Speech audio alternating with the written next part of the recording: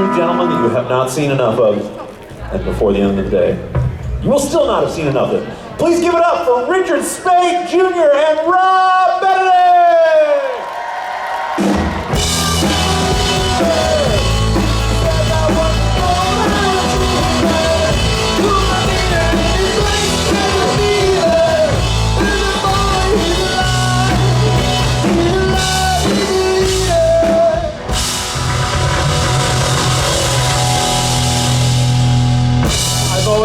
Always felt like an overachiever, so that seems, you know what I mean? Yeah, that makes sense. I strive for greatness. Yeah. It's a song I wrote about you before I knew you. Before you knew that I overachieved. Thank you guys, we'll see you in a little bit. Well, I don't know what you did to deserve this. You have only yourself to blame that they brought out the two dudes who are on stage all the time to do another panel. But hey. Hey.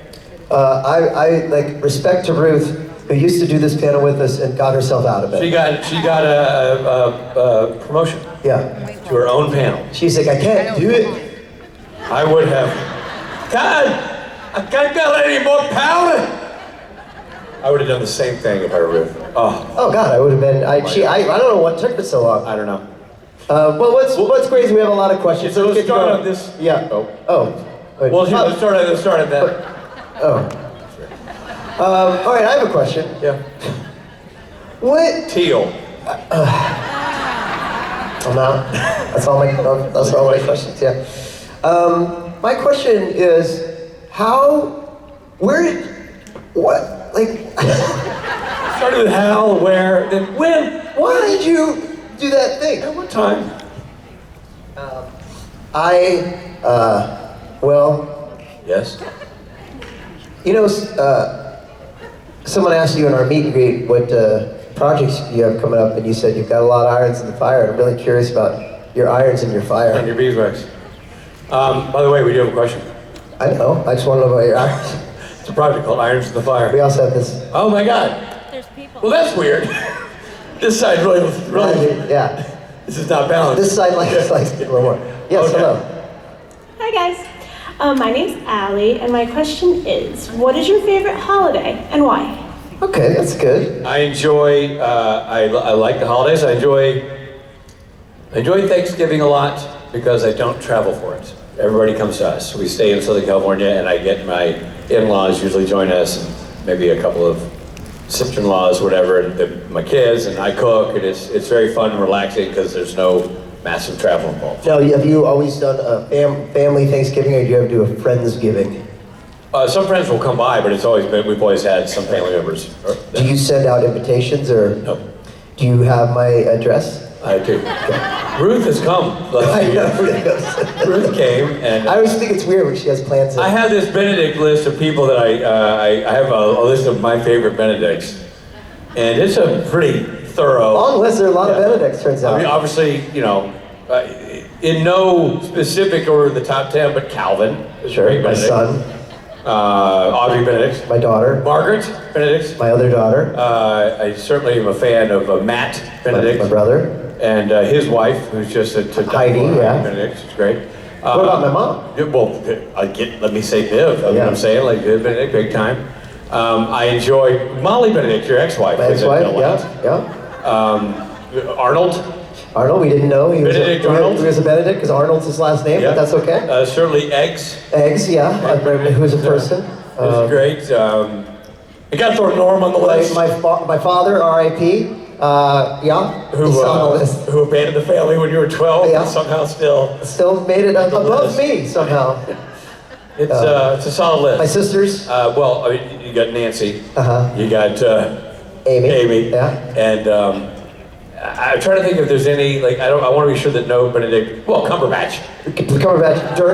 Dirk, yes. And I think it's all the Benedicts. That's everybody. That's it. Oh shit, you. And me. Yeah, you're on the list. I like Christmas. I'm a sucker for the Christmas holiday season. I still makes me feel kind of magical, and I also I love like Christmas Day and Christmas week because like everything shuts down. Like it's truly a break from life because you just no one's doing anything. So my FOMO can relax. What? I didn't know your FOMO over relaxed. Yeah, my phone will relax at Christmas. Oh my God. Yeah, because no one's doing anything. No, they are. They just didn't invite you. Well, that's what it is. Because there's so many FOMO. There's so many Benedicts. Yeah. Anyway, yeah, I do like the Christmas holiday. I'm gonna say it is a tie for me. I mean, I could have said that too because I love Christmas. You didn't, did you? No, I didn't. Damn it. Thank you. Thank you. Over here. Hi, I promise not to ask any questions about hoagies again. Learned my lesson last time. My question is, what is your favorite, most unhinged movie or TV show quote that you say all the time? I tend to quote The Big Lebowski a lot. Richard and I mostly quote movies. We both love the movie Fletch. Yeah, Fletch, Fletch. And if we quote movies, it's something like that. But I love The Big Lebowski, so I quote that quite a bit. And no one usually even gets it, but... I'm trying to think if I quote a movie often. Certainly, a Bloody Mary, a steak sandwich, and a steak sandwich. Yeah, Fletch, yeah. I guess I'll go with that. I'm trying to think. I don't necessarily have is there a family quote? Like, I know you guys, is there like a Benedict, like a quote that you and your kids all say about one particular movie? Calvin and I, we quote The Big Lebowski a lot. The Big Lebowski goes by the dude, and what's his name? John Goodman is like, it's like, now come on, dude, you're being very undude right now. We always say that to each other. And then he goes, calmer than you are, dude. Calmer than you are. He's like, Walter, can you just, he's like, calmer than you are. Calmer than you are. And we always do that with each other. That's good, that's good. Yeah. Do you have a movie quote you and your family or friends say a lot? I do. From... Don't tell us where it's from, we'll see if Rob can get it. Go home! What are you, too good for your home? Go home! That one from... You guys know it? Supernatural? Happy Gilmore. Happy Gilmore. I don't know Happy Gilmore. I never saw Happy Gilmore. You don't know Happy Gilmore? I'm not an Adam Sandler fan. I don't necessarily find him funny. So... Is the new one, is that from the original? Yeah, the original. I do want to watch that. I never saw it. I do want to see it because I know it's a classic. I have a funny quote story. Me and Mike, this was last year. Yeah, we were last year, so I was drinking, and it was late on a Saturday night, and we were both a little tipsy. And he's like, "What's in the box? What's in the box?" And the elevator doors are closed. He was like, "Movie?" And I was like, "6." Well, you're only one off. We were laughing. That's good. Of course, from the movie 7. Thank you for your question. Appreciate it. Thank you. Thank you. All right, over here. Hello, I'm Susan. My first watch of Supernatural I just started and I binged it last year. Smart. Very. After that I binged Listen, Supernatural Then and Now podcast. Even smarter. Yes. And from there I found Kings of Con podcast. You are just getting brighter by the moment. Getting warmer, I'm warmer. And then I watched Kings of Con. Yeah. And being this first convention, I'm having a lot of those flashbacks and I'm wondering, when are we going to see more Kings of Con? Sadly, we never get a budget for season 2. That was many years ago. You're discovering something that is many years old at this point. Right. 10 years old. Loved making it. Proud of the work. Love the series. Love that it's out there. Unfortunately, we just could not get like so many things in TV. We couldn't get a second season out of the bigwigs. My answer is I would love to do something. I love those characters. We both loved writing that, and it was super gratifying to do. If the situation was right, and we we would certainly do it again if we could figure out a way to do it. We'd love to do it again. We pitched it afterwards, but none of the bigwigs wanted to fund it, so we kind of like back to the drawing board. But yeah, I'd like to at some point. And if you don't know what we're talking about, there's a show called Kings of Con. It's a half-hour sitcom. On Amazon Prime, Robert. On Amazon Prime that Richard and I made, and it's a sort of fictitious convention circuit, and it's the lives of all the maniac actors that do those conventions. So many of your favorites. And Kim Rhodes. Kim Rhodes is in it. Kurt Fuller. Kurt Fuller's in it. Gil McKinney. And on and on and on. The list goes on. Well, thank you for watching and listening to all that. Yes, thank you so much. Thank you. Okay. Over here. Hi guys. Hi. So both Gabriel and Chuck got brought back onto Supernatural after like long pauses in quite surprising ways. So my question is, what was your reaction when you saw, like when you read the script and saw how they were getting brought back? Well, first of all, I was just thrilled they were getting brought back. It was just, regardless of the method, I was really glad to be able to play the character again.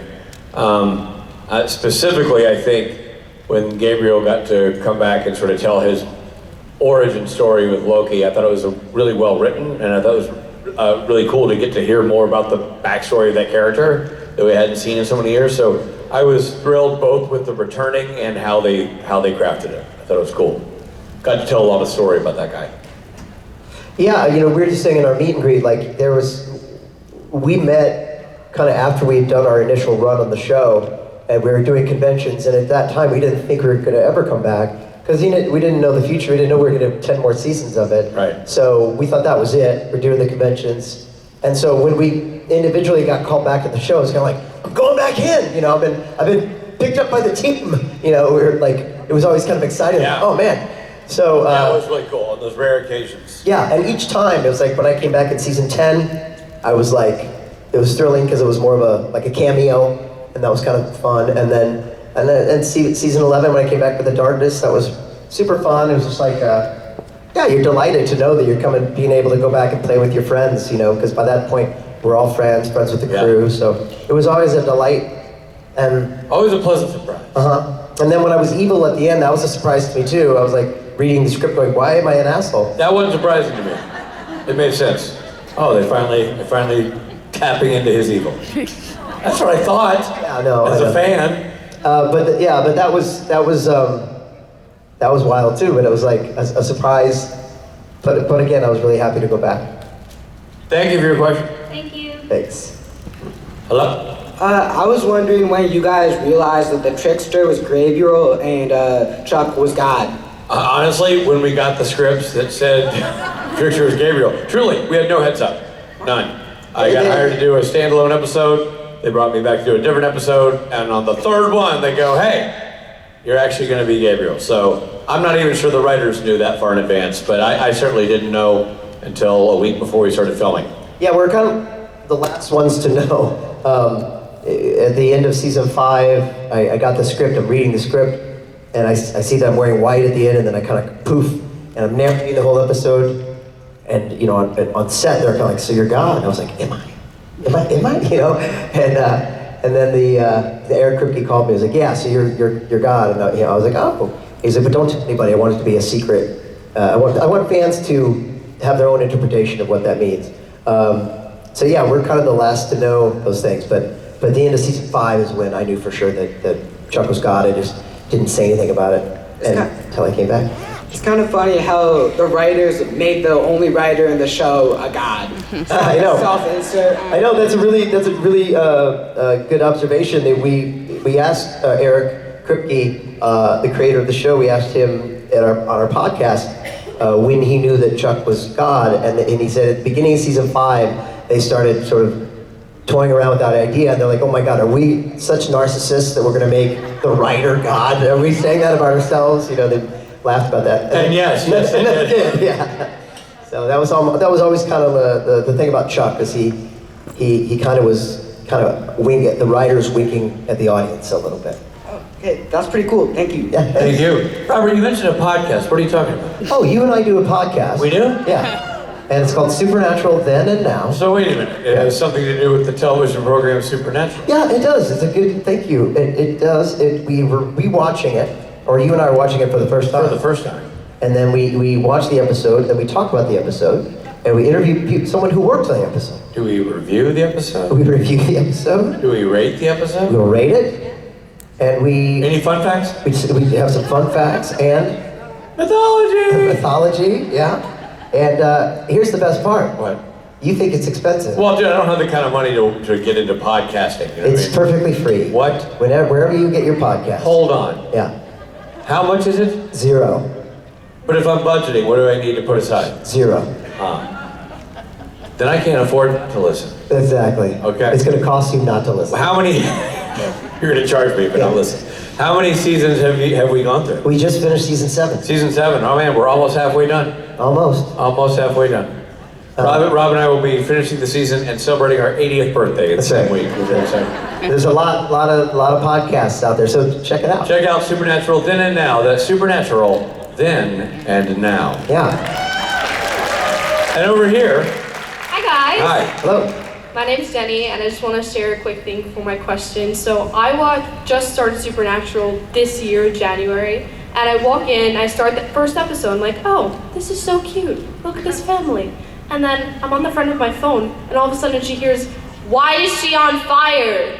Why is she on the ceiling? So you guys were watching while on speakerphone? Yeah, we were watching while on Snapchat call, and all of a sudden I'm like freaking out because on fire on the ceiling, because that's not normal. No, it's not. Not in most homes, no. So I just finished it a few weeks ago. Congratulations, you're 7.5 seasons ahead of Rob and Rich. And I might be scarred for life, but it was totally worth it. Yeah, good. So my question is, if you were put in a room and you had to win a fight with any supernatural character to get out of that room, and also you win $5 million, who would you put in that room with you? One of the leprechauns. Robert? What was the question again? If you had to, as a death match, you and another cast member from Supernatural were locked in a room, and only one of you is getting out. And it's going to be a bloody fight to the finish. You and one other Supernatural. Am I me or am I Chuck? You're you. Yeah, if you're got Damn. you. I was really hoping I was And it's a Chuck. fight to the death, dude. It's a fight to the death. To the death. Right. No, I heard that part. Nobody. I think you think the leprechaun's gonna be easy because it's little. No, it's not that I think it'll be easy. I think you're in trouble. I think I'll probably still die. Yeah. Look, I'm gonna die if it's. Yeah, we're both gonna die. I just wanted to answer quickly. Well, I guess I'd have to say Rich. Yeah, me. There can only be one. There can only be one. There can only be one Rob And Rich. also, whoever wins, the other guy kind of already has the wardrobe, Yeah, so you know. Exactly. So we're definitely interchangeable. Thank you. All right, thank you guys. Thanks. You're right there. Hey, what's up? My name's Dave. I was just wondering, the episode where Trickster is revealed to be Gabriel, Dean kind of gives some tough love, calling Gabriel a wuss, running away from his family. If you were alive long enough in the show and bumped into Chuck, how do you think that would have played out? Would you have run to Daddy Dearest, or would you have gone up in a ball of flame telling him what's up? Would I have gotten overly mad at Dad, or would I have been able to have a calm conversation with him? That's sort of what we're asking? Yeah. I think it would have been, obviously this is the sitcom spinoff, God and Sons, that was never made. A real missed opportunity. They dropped the ball. Because it would have starred Rob Benedict as God. Yeah. It would have starred Mark Pellegrino as Lucifer. It would have starred Richard Speight as Gabriel. Unless you had a hand in the recasting of that role. We'll see. We'll see what's out there. At least I get to read for it, maybe. And then who plays Michael? We've had a lot of different Michaels. Well, we'll keep Demore Barnes. Let's bring Demore in. Oh, he's the original Michael. OG Michael. OG Michael. Right? No. No, that's not. It's Christian Keys who was OG Michael. Who is Demore Barnes? Was Raphael. Raphael, yeah. Yeah, so he'd be Raphael. Yeah.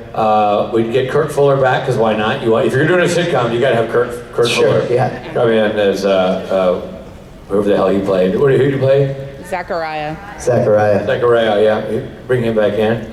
Well, it's a real sausage hang so far. Do we have any girls we can bring in? I guess Julie Niven was an angel. The Darkness. Emily. Oh, Emily Small. Everyone's favorite aunt. If we can get her. Aunt Darkness. We can pull her out of the Star Wars universe for long enough. Aunt Darkness. I just think it would be, honestly, a laugh riot, a great character study. It'd be like All in the Family meets Golden Girls, meets Who's the Boss, meets Family Matters. Sure. You know what I mean? It writes itself. And the way you would confront me, I think you'd probably suck up to God. I'd probably suck up to you because we have to, because we have a line out the door, because we run a pastry shop. Yeah. And that's the setup of this. Yeah. It's called Oh My God. Oh My God. And we make fluffy, cloud-like pastries. Yeah. And they're so delicious and light, and consequently, it's all about customer service. Yeah. And as soon as we're about to come to blows or have that conversation. Yeah. Ding, ding, the bell over the door opens, and you're, oh my God, it's Ed Asner, whoever the guest star. We're like the Love Boat. We have a cavalcade of guest stars. from Peter other Falk, shows. Meg, of course, shows up. Fanny Flagg, you know, all the big ones. Who played Beretta? Robert Blake. Oh, he's canceled. We released him from jail. So it's all that. Bob Denver, hopefully, God willing.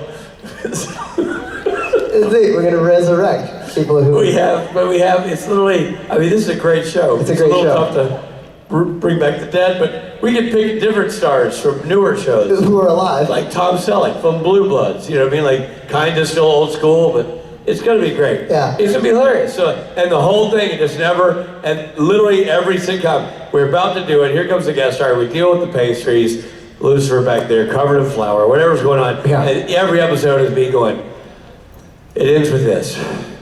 Oh my God. Roll credits. You know what I mean? That's it. Yeah. Roll credits. Oh my God. So we never really get to have the... There's a lot of... I'll smile, ding, ding, ding. Oh, yes, hi. Ed Asner. Welcome. I'd really like to hear that jingle from the band, Golden Girls style. Yeah. There's an element of the bear in there too, which I enjoy. The bear. Sure. Cooking, family. Good, the cooking element. That seems like dramatic. I know it keeps winning Golden Globes for comedy. Best comedy, yeah. But it could not be. No, but it's a little bit of like, you know, high stress of making the cake and Lucifer's. Well, that's the loot back there. You and I are in front of house. Yeah, God You know what I mean? and Dave. That's kind of a story. Yeah. Thank you for your question. Thank you. You guys rock. Thank you, too. Hey there, keeping on with the God and Sons idea. How would the whole Jesus thing shake down since Gabriel was supposed to announce him and God was his dad, Well, they specifically, you know, we asked Kripke about that. They specifically avoided ever bringing up Jesus in the show. So I think we have the same situation. I think we're going to avoid the whole Jesus situation because we don't have time. We gotta, I mean, the Leibowitzes have a bar mitzvah, they need that cake. You know what I mean? Right, we've got stuff to bake. Yeah. We've got frosting. We've got customers. Yeah. So he's just not going to show up and walk in the door one day. Well, I didn't show up in the Supernatural, so I figured if they can make it 15 years with dodging Jesus, we can make it 3. Sure. Lord knows that's all we'll get. You know, well, also I think we have to have like a van that takes the cakes around to different events. Yeah. So we have like a van, kind of like the Scooby Mobile. Yeah, that's good. I like we all load into the van, we all go together to deliver the cakes. But then we accidentally get in the dog grooming van with the cakes, and Sure. you know, there's hair all over the cake. Sure. That's one episode. We get a mess, and then eventually God can sort of clean up the mess because it's a little bewitched too, because I can wiggle my nose and things will heal. Everything will clean up. Man, I tell you what, if we could go back in time, I would recast you as Elizabeth Montgomery. I'd let you. Me in a van, Elizabeth Montgomery, driving around whatever city. Mercy. Yeah. Thank you very much. Thank you. You guys should pitch this. I know. I think we're on to something. Come on. It writes itself. Go ahead. Hi. So my question is, if your characters were birds, what kind of bird do you think they would be? Hummingbird, Robert. I'm just gonna... I tried so hard. You're never going to get there, buddy. Sorry. He said hummingbird, Robert. And I say, I was trying to get in there. It's his favorite kind of question. He loves these. But I like to feed them to you because you just, I mean, look, you guys, say, hey, we're going to loaf of bread at your base, sure, pumpernickel, Rob. Like, it's just, it's great for, this is where Rob excels. You're great at, like, the hypothetical. And with the answering of the question. I would, if my character were a bird, he would be a... well, he'd make this noise you're about to make right now.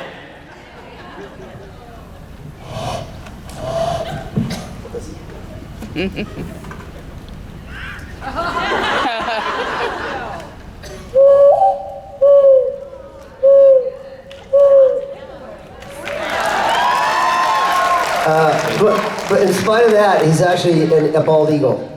That was going to be my answer, but he has that hoot like that, so it's an interesting bald eagle. Well, that's why nobody, he can stay, incognito. Yeah, no one wants him at a party. Thank you very much. Thank you. You're right there. Hi, I was wondering, what is your creative process when writing your music? Well, for me, it changes, because it depends on the moment and the circumstance, but sometimes I literally will be just like humming a tune in my head and realize it's an original song, and I've just been humming a melody in my head that I really I kind of like, and I really can just hear it. And so then I grab the guitar and I really try to play what I'm hearing, and that's kind of how I come up with like the chord progression. And then and once I got that, and I feel like it's actually something. It sounds kind of like a song. I have a verse and a chorus. Then I usually like set it down. The melody's still in my head now with the chords I've been playing, and I'll go like on a run or on a walk, and I'll think about what words, and I'll come up with some phrases, and I come back home and I write it down really quick before I forget. And yeah, and then I kind of go from there, and then I pick up the guitar, I see how the phrase works with the melody, if it all fits, and then like inevitably it'll become a song, and it like, it's kind of organic, but a lot of times I'll come up with a random phrase, and the phrase reminds me of something, and then the song becomes that, you know? Someone was just asking about this song, Comeback Kid, that I wrote, and I think I came up with Comeback Kid, and I like the idea of comeback, meaning come back, like making a comeback, but also literally coming back home.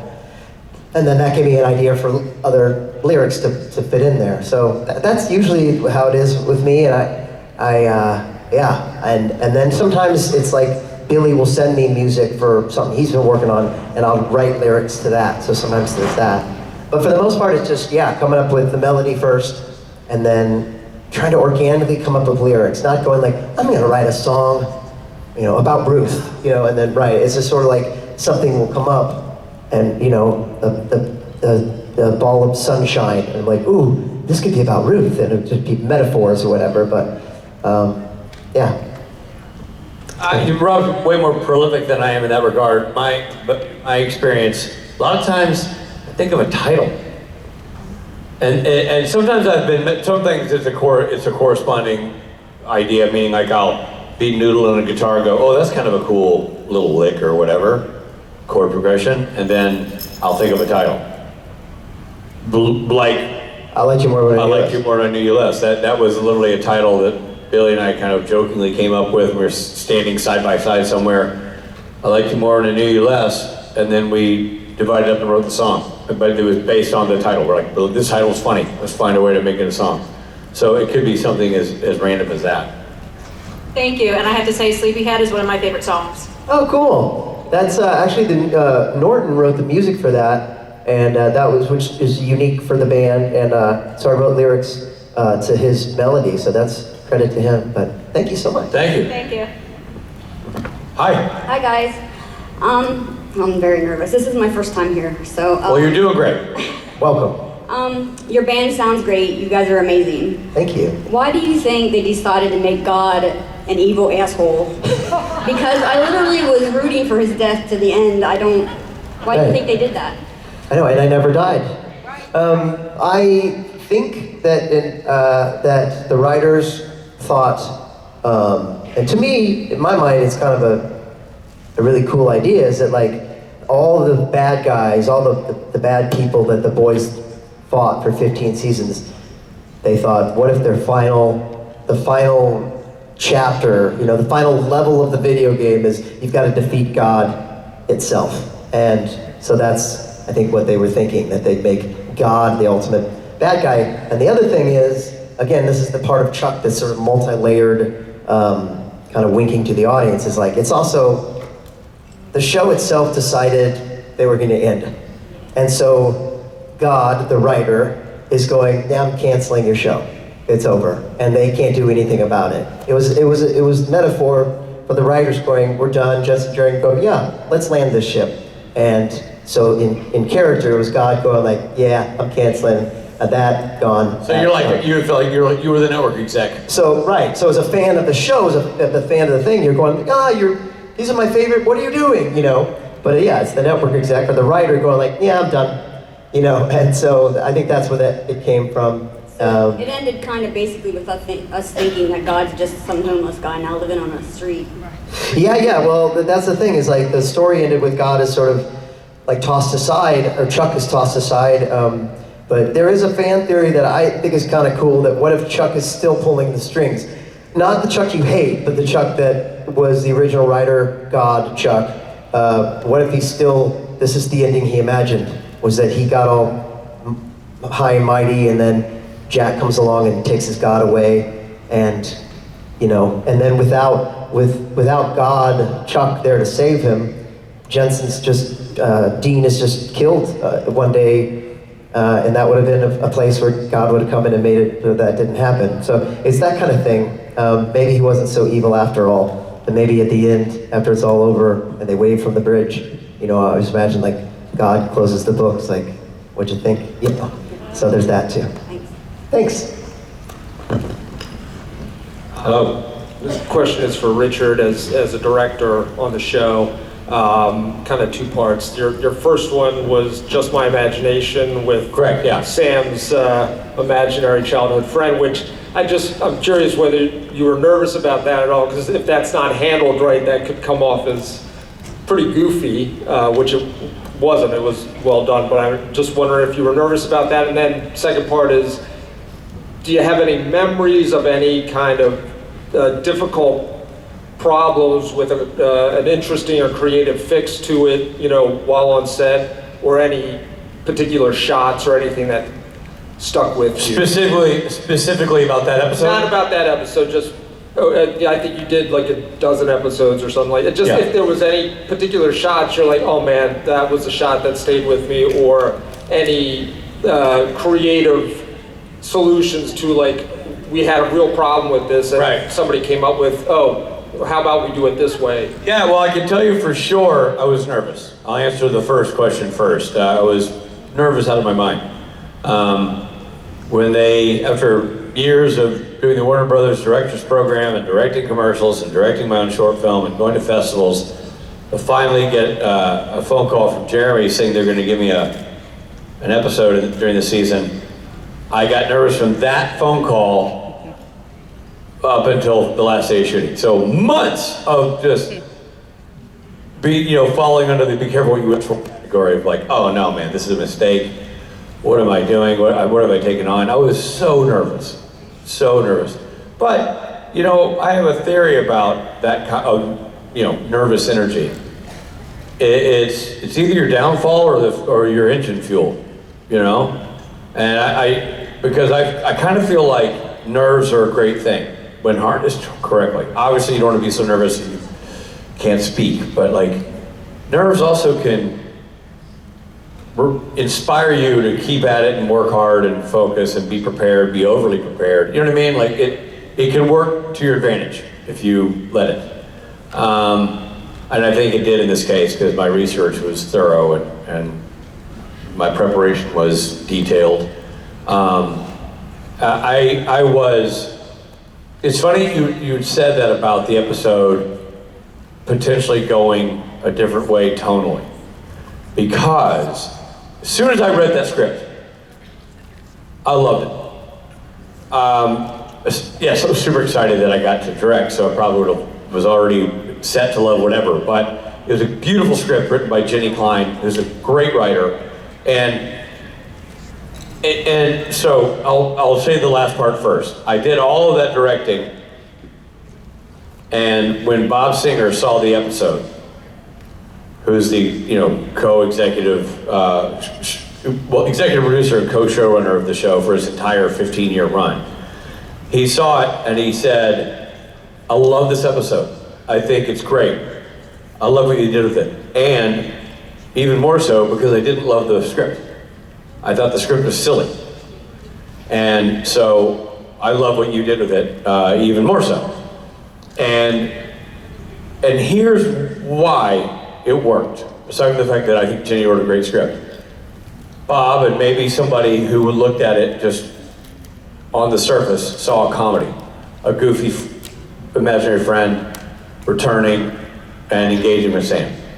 To me, it was a heartbreaking story of a boy left alone. It was all about the boy. And so I found the script heartbreaking and directed it from that standpoint. The young man I had who played young Sam was great. I tried to put in things that reminded me of my youth, like them talking upside down on the bed is how my cousin and I used to talk to each other. Just try to find things that were like childlike, including Sam. I spent a tremendous amount of energy and effort trying to make Jared Padalecki short. And that sounds like a joke, but cinematically it was what I wanted to achieve, because I wanted him to be a little boy. And when you look down on something, that creates a sense of power. But when you look up at something, that creates a sense of vulnerability.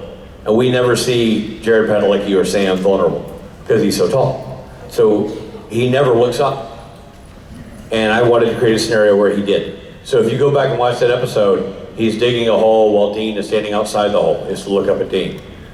He's sitting on a small chair, and Sully is leaning up against the lawnmower, so he has to look up to Sully to talk about going back into the cage to fight Lucifer. And I let Jared know about this. I said, this is my plan, I want to do this, because I didn't want him wondering, like, why am I sitting on a tiny chair? This is weird. But it was a garage, so you could get away with it, right? It was a storage area. Anyway, so I really leaned on those kind of details to try to make that story real and not a joke. And I also was blessed with Nate Torrance playing Sully, who's not just a funny actor, but a genius actor, who did such a great job. One of the great, I think, missed opportunities in the Supernatural character Bible is not bringing Sully back for another episode. I thought he was a phenomenal character. But that's why, so that's how I avoided that pitfall that you mentioned about it being silly, because it wasn't a joke. There's tons of comedy in that script. You don't need to reach for a joke. It's all there. Just, sparkle, blood on the face, and there's some just great stuff that's there. So you just, get the jokes told correctly. Jenny gave me all the road I needed to get to where I was going, and I really enjoyed